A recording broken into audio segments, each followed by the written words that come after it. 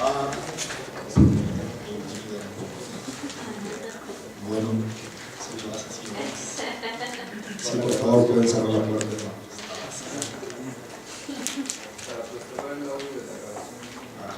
Pero está bien, ¿no? ¿O ¿se escucha bien? ¿O? Sí. Bueno.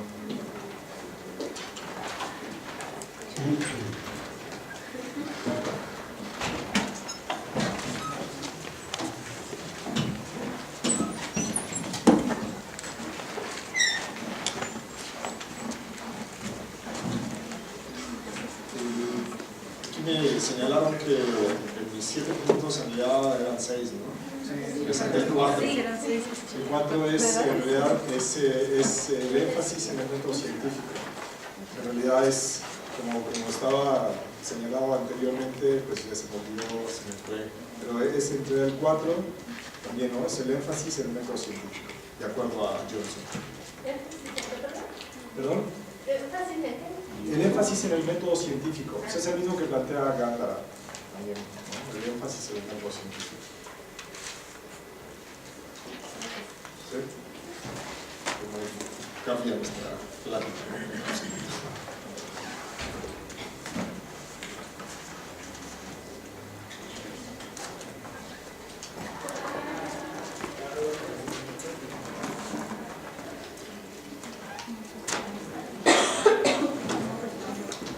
Bueno, entonces, aquí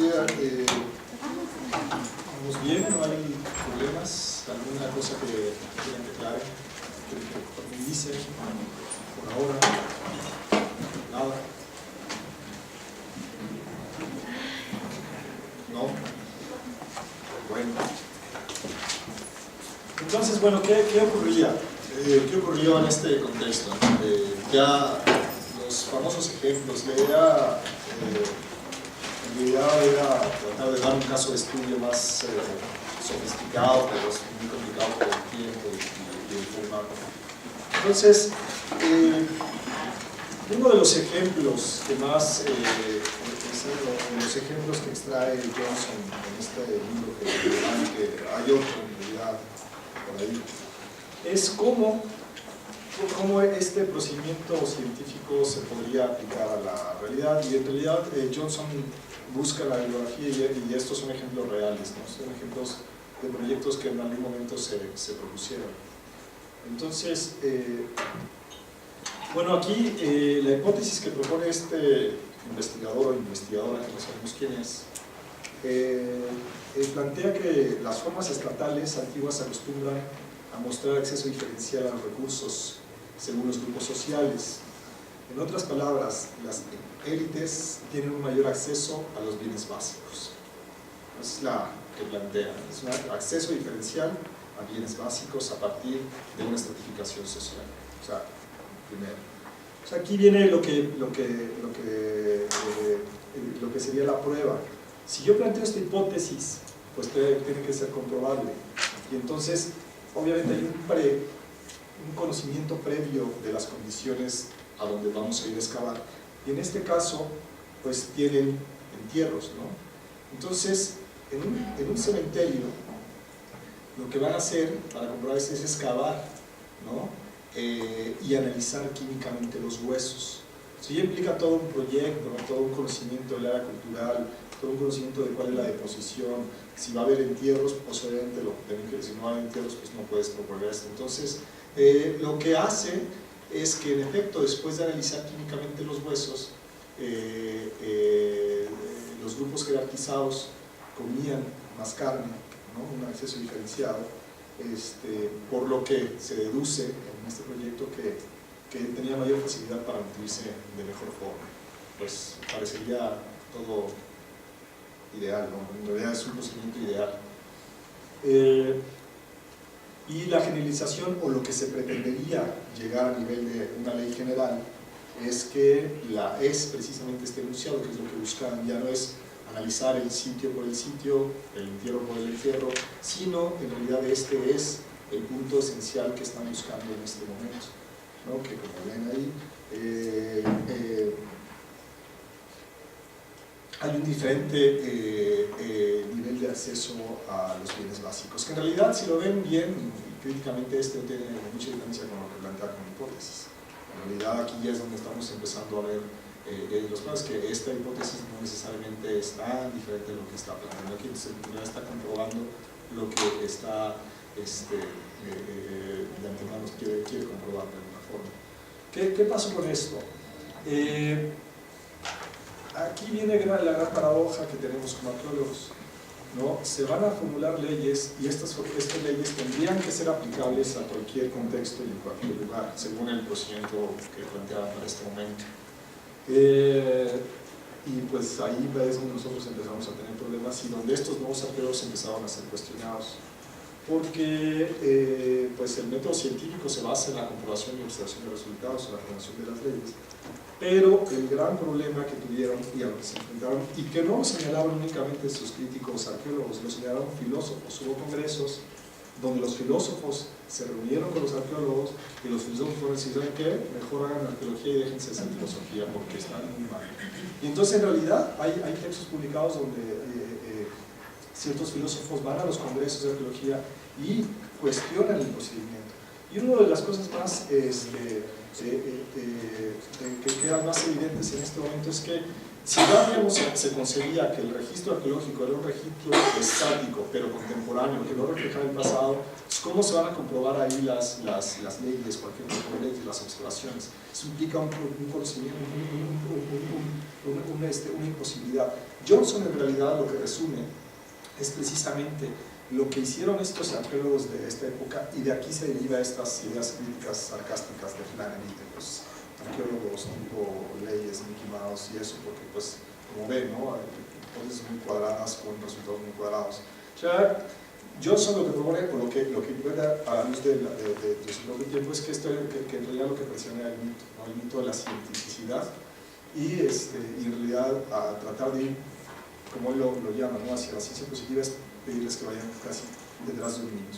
Sin embargo, aquí es donde vienen o se encuentran los elementos, otro de los elementos más importantes de esta época, que si bien se empezó a cuestionar la idea de cómo la ciencia iba a ser aplicada a la arqueología, que no necesariamente correspondía a un procedimiento científico natural y como un flujo normal, y con resultados igualmente comprobables, o con la idea de generar estas leyes, lo que sí nos empezó a dejar aquí es que esta búsqueda en términos de tratar de darle sentido a los contextos, al registro arqueológico, nos llevó hacia hacer las analogías etnográficas de una forma mucho más conscientes, porque en el pasado existían, en realidad nosotros como humanos no, en gran parte funcionamos con pensamiento analógico, siempre estamos comparando, ¿no?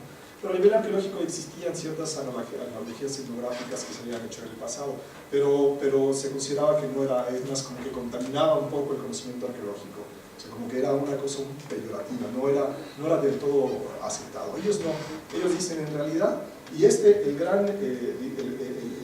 que propone estas técnicas, esta analogía, es precisamente Binford.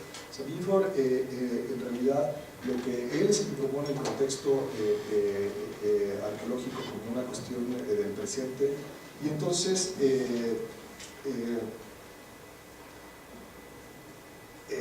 lo que empieza a hacer, ¿no? Entonces aquí el propio Binford, ese texto que les digo que se llama En busca del pasado, ahí explica en un capítulo exactamente a qué se refiere y cómo son los pasos y los procedimientos. Aquí hay un texto bastante recomendable, es muy elocuente, está muy bien escrito, yo les recomendaría que le echaran un ojo. Ahí precisamente, y también señala, ¿no?, otro de los problemas. En el pasado las analogías etnográficas no se hicieron por que los registros actuales de sociedades presentes contaminaban estas interpretaciones del pasado, en términos de que probablemente lo que estábamos viendo, por muy indígenas y por muy rudimentarias que fueran, probablemente estas analogías no tenían nada que ver con el pasado, pues que era el gran problema.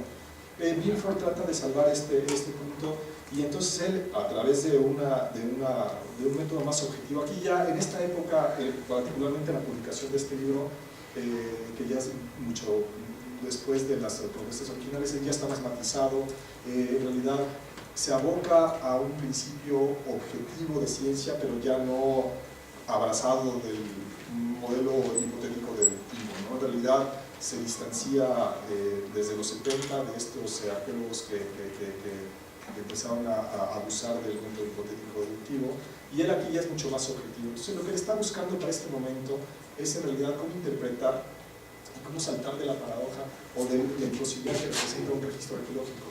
Es decir, un registro arqueológico eso es un componente estático. Sin embargo, este componente estático fue derivado de una dinámica social, ¿no?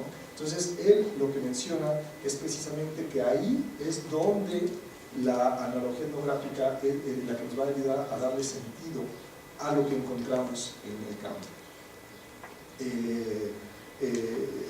Binford sugiere que el uso científico de la analogía y que finalmente nunca abandona su programa científico, que sus resultados se conviertan en hipótesis contrastables.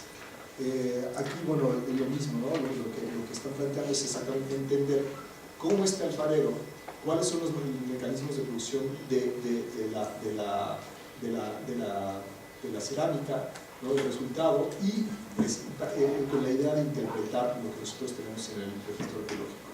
En realidad ese es un procedimiento que Binford detalló y pulió muy bien. Entonces, la crítica implícita al programa anterior es que el registro arqueológico es estático y que las afirmaciones que hacemos sobre el pasado de ninguna manera son observaciones históricas, sino presentes, ¿no? Siempre son del presente. Ahora, para hacer para que la analogía etnográfica represente un avance en términos de interpretación, hay que ser muy cuidadosos al momento de elegir a qué grupo en particular se va a analizar y las condiciones particulares del yacimiento arqueológico en particular. Aquí la idea es entender cuál es el resultado de esta dinámica que se da en las sociedades contemporáneas que implican la formación del registro arqueológico. Hablábamos que estos programas están criticando las visiones normativas, ¿no? de cómo se concebía la sociedad. Por ejemplo, en un ejemplo etnográfico detallado por Binford también, resulta que en una casa de una comunidad indígena, el fuego, las cenizas del fuego son cenizas que tienen que ver con el aspecto femenino. Esas cenizas de este fuego dentro de la casa son cuestiones muy íntimas en términos de género. No se tiran, no se enseñan, sino se acumulan por ahí en una casa. Sin embargo, lo que observó en un momento determinado en este grupo fue que una señora muy enojada salió, agarró las cenizas y ¡fum!, las aventó hacia afuera, ¿no? Y entonces, o sea, eso estaba rompiendo una pauta, un patrón cultural que implicaba que las cenizas tenían que ver con este espacio doméstico, la casa, y se escondían, se guardaban. Pero no, ella explícitamente lo que hizo fue agarrarlas y aventarlas. Ahí estamos ante un fenómeno que nos va a dejar ciertos patrones culturales, ciertos padrones arqueológicos. Si esta señora y este contexto en particular por algún momento llegaba al futuro, entonces el arqueólogo iba a interpretar que las cenizas se depositaban fuera de la casa, por ese contexto en particular. Sin embargo, en términos de etnografía, las cenizas no se tiran, las cenizas son algo que tiene que ver con la casa al interior. Entonces, aquí estamos hablando de dinámicas y de estáticas. La analogía etnográfica para Binford precisamente era eso, tratar de comprender cómo estos procesos son variables a través del tiempo y cómo estos procesos, a lo mejor de decisión personal de la señora que la hizo enojar el señor y dijo, ahí te va la ceniza para afuera, que habían tus amigos que habían la ceniza para afuera. Eso es lo que trata de entender, ¿no? Cómo lo que nosotros observamos en el registro tiene que ver con muchas más variables que las visiones normativas de los precedentes arqueólogos. Entonces él se dedica precisamente a hacer las etnografías, las analogías etnográficas. Entonces, la única forma de comprender la variabilidad que tenemos en el registro arqueológico es a través de tratar de comprender cómo los contextos arqueológicos se forman en la actualidad. Entonces, eso para Binford es un aspecto esencial de su propuesta de investigación y que el registro arqueológico puede nutrirse de lo que estamos viendo en los registros etnográficos contemporáneos.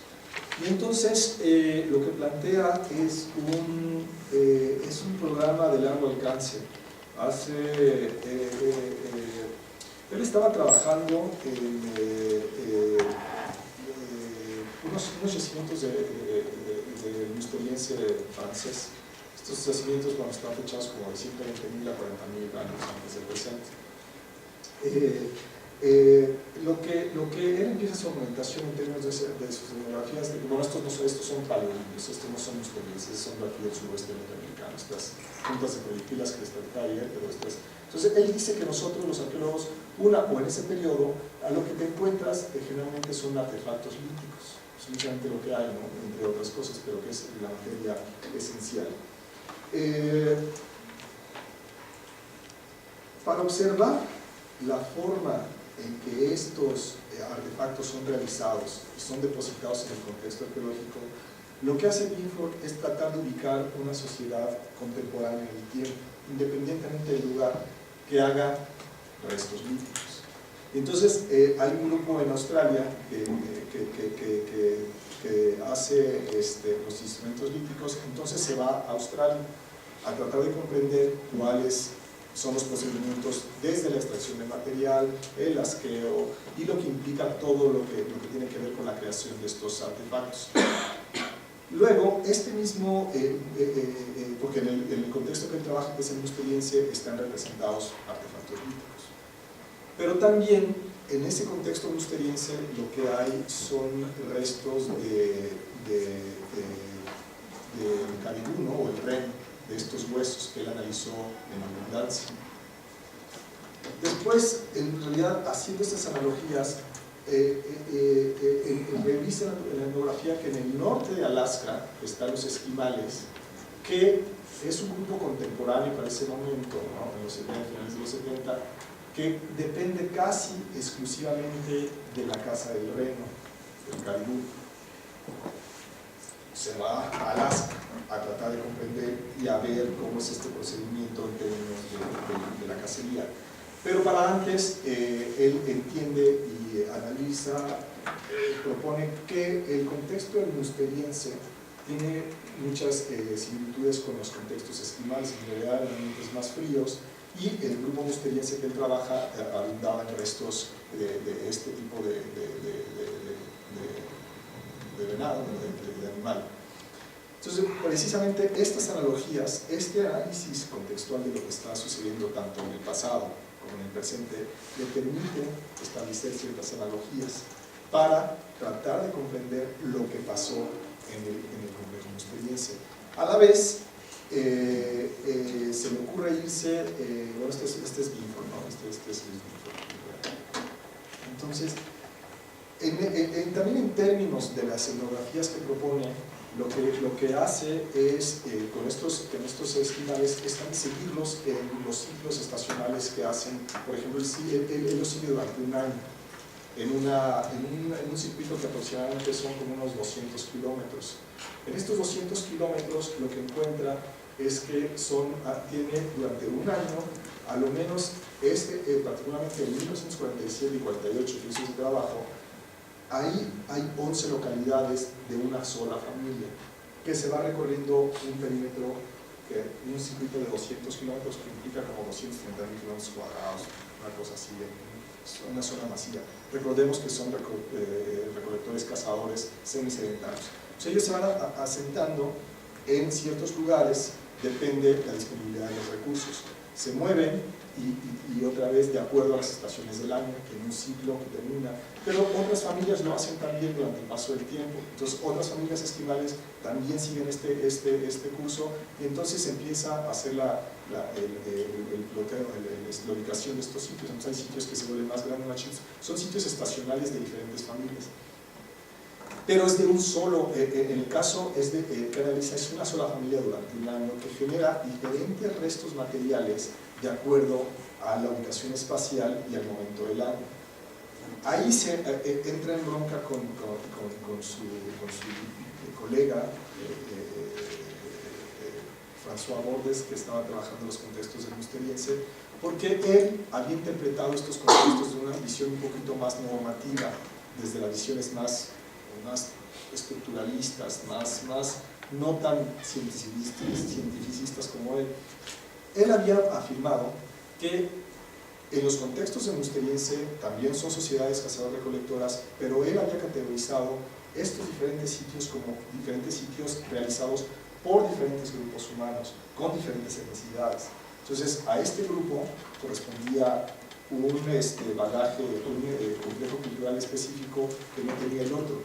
Entonces, todo este proceso etnográfico que realizó Binford durante esa época le permite, por un lado, entender los procesos de manufactura tanto de las herramientas líticas como del destazamiento de los caribú, pero también le permite establecer una contrapropuesta a lo que planteaba la arqueología paleolítica, que era que estos sitios diferentes en estas regiones no eran sitios que correspondieran a diferentes grupos, podría considerarse como un campamento, el circuito de una o dos familias que lo recorrían a lo largo del tiempo, ¿no? Este es un ejemplo ideal de etnografías, no siempre tenemos las mismas condiciones ni las posibilidades presupuestales de andar en Australia y de repente ir a Alaska, ¿no? Pero bueno, entonces este procedimiento es a lo que Binford llama la analogía etnográfica, y esto es a lo que se refiere exactamente su programa de investigación en términos de comprender la dinámica del contexto arqueológico con la estática, ¿no? de la estática del registro con la dinámica de las sociedades que producen los contextos arqueológicos. Como ven, no es una etnografía directa de alguna forma, se basa en la deposición de los artefactos considerando las diferentes condiciones tanto de las sociedades vivas como de las extintas, y queda como un ejemplo de lo que podría considerarse, y que finalmente las etnografías han seguido esta dirección, ¿no? Tratar de correlacionar diferentes elementos que son comunes en términos de heurística. O sea, tampoco se pueden aplicar, y él mismo menciona, no se pueden aplicar directamente los resultados de una y de otra, simplemente se establecen como heurística en términos de interpretación de ese registro estático que tenemos en el presente, pero que de alguna forma denota lo que existió en el pasado, ¿no? Entonces, eso es la gran aportación de este momento. Y me parece que pues por aquí ya yo empezaría a cerrar este día.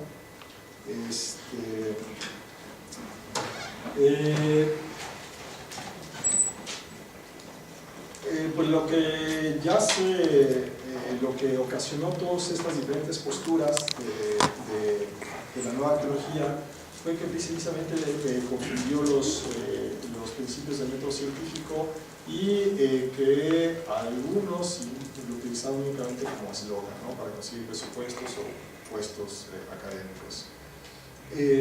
Según los críticos de la nueva arqueología, en realidad el uso y la cita de filósofos era un término de autentificar sus propias propuestas, pero no más allá, ¿no? Sino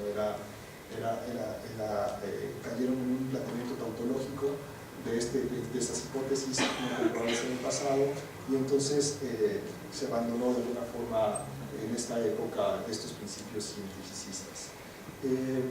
Sin embargo, la mayor aportación que creo que se ha reconocido en la arqueología que dejó la nueva arqueología o arqueología procesual es el aspecto metodológico. Los sistemas de muestreo, los sistemas de estadística que se generaron y se sofisticaron en ese momento, la analogía etnográfica como una forma heurística, la comprensión de que el contexto arqueológico está estático, no representa el pasado, pero que es producto de una dinámica. Esta propuesta posteriormente sería desarrollada de forma mucho más rica y exquisita por Michael Schiffer en una corriente que se llamó arqueología conductual.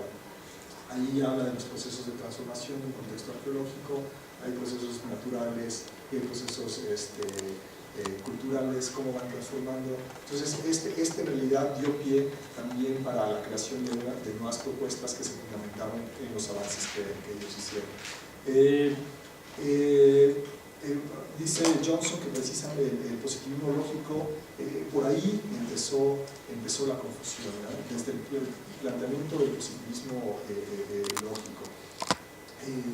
pues en el intento de querer hacer ciencia se encontraron con una visión extremista del positivismo lógico, no está repetido. Aquí este argumento fue el que les sirve a los críticos para de alguna forma señalar tajantemente la inconsistencia de este programa y que es si en realidad no somos capaces de comprobar nuestras hipótesis, entonces nuestro trabajo no tendrá ningún valor, ¿no? Es básicamente a lo que nos enfrentamos y a lo que llegamos. El problema para nosotros es precisamente cómo estas leyes pueden ser aplicadas a cualquier circunstancia y bajo cualquier circunstancia, cosa que no ocurre necesariamente en la arqueología. Precisamente estos argumentos son los que se tomaron por la arqueología postprocesual como el punto de inicio de una nueva tendencia teórica en la arqueología, que es lo que vamos a ver y a discutir mañana. Me parece que aquí acabo esta sesión, esperando que se hayan aclarado los conceptos de ayer, que claro de hoy, y con la apertura de que sea algún comentario, algo que quieran que señalemos, pues adelante, ¿no? Abro la sesión.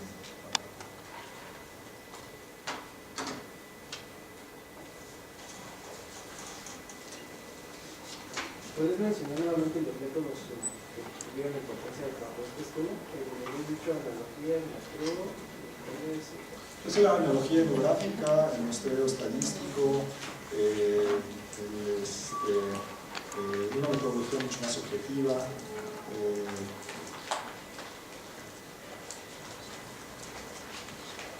El empleo abierto de un método científico, evidentemente si ya lo ligaron al positivismo lógico, pero el método científico incorporado a la arqueología en términos de registro, bueno, en realidad se incorpora el método científico en sus bases metodológicas, sobre todo ya las vertientes, si la teoría de sistemas, hay una riqueza en realidad que estamos sintetizando en orden de la generalización, pero ahí hay muchas propuestas que se derivan, ¿no? Dentro de esta arqueología postprocesual que no están señaladas aquí, obviamente, ¿no? Pero realmente se produjo un conocimiento arqueológico enraizado en estas propuestas que sí fue diferente y que de alguna forma es una base científica en términos de investigación del pasado. También el otro aspecto muy importante es la consideración de la antropología de la arqueología como antropología, en términos de estudiar la cultura y los artefactos. Eso es muy importante.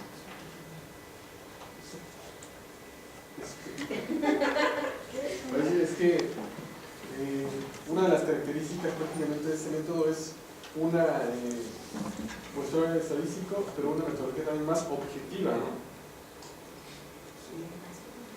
¿Tenías antes alguna? Sí, es que escuché subjetiva. No, también. En este caso era una metodología más objetiva. Aparte, ya estás hablando del empleo. Al principio se parecería que como el acceso a computadoras y a métodos estadísticos no daban la pauta para lo que se consideraba la arqueología, pero eso no, en realidad no era el punto, pero se incorporaron métodos y considerando los avances que se ven teniendo en términos de fechamiento también, ¿no? Eso también cambia mucho el panorama.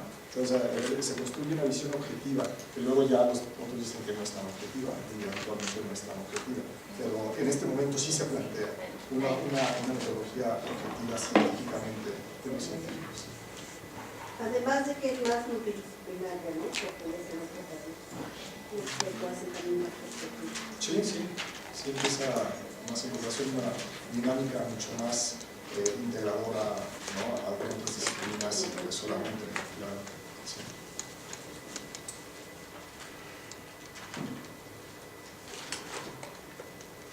Seguros que ya contestan una pregunta de arqueología postprocesual y procesual bien la letra. Bueno, yo también veo aquí un poco la cuestión de del fracaso procesual, en el sentido de que al querer ser más científicos, hacer el análisis arqueológico más científico, se abusó del uso de la matemática y en ese sentido querer hacerlo más objetivo, ¿no? porque de repente se llegaron a plantear cosas como que a través de una fórmula matemática, de un modelo matemático, se podían interpretar cuestiones culturales, ¿no? Entonces, si esa fuera la razón, pues estaríamos equivocados en el ámbito de estar estudiando antropología o arqueología, ¿no? O sea, llegar a determinar que una fórmula matemática te puede determinar la conducta o la explicación de una cultura, como que es el parteaguas